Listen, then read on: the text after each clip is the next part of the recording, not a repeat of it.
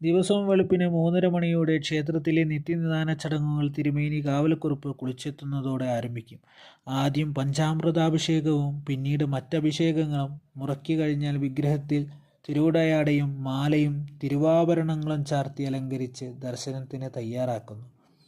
പിന്നെ പത്മനാഭന്റെ അനുഗ്രഹാശിസ്സു നേടാനെത്തുന്ന ഭക്തജനങ്ങളുടെ തിരക്കായി.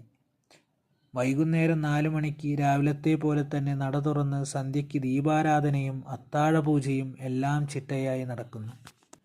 ക്ഷേത്രത്തിൽ ആഴ്ചയും തിഥിയും നക്ഷത്രവും അടിസ്ഥാനമാക്കി ഓരോ മാസത്തിലും വിശേഷാൽ വഴിപാടുകളും പ്രത്യേക പൂജകളും അലങ്കാരങ്ങളും ശീവേലിയുമുണ്ട്.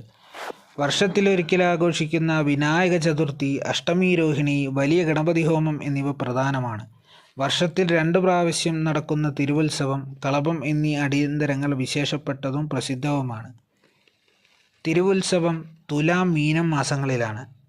അത്തന്നാൾ കൊടിയേറി തിരുവോണം ആറാട്ടായി തുലാം മാസത്തിൽ ഉത്സവവും, രോഹിണി നാളിൽ കൊടിയേറി അത്തന്നാളിൽ ആറാട്ടായി മീനമാസത്തിൽ ഉത്സവവും ഗംഭീരമായും ചിട്ടയോടെ ആഘോഷിക്കപ്പെടുന്നു.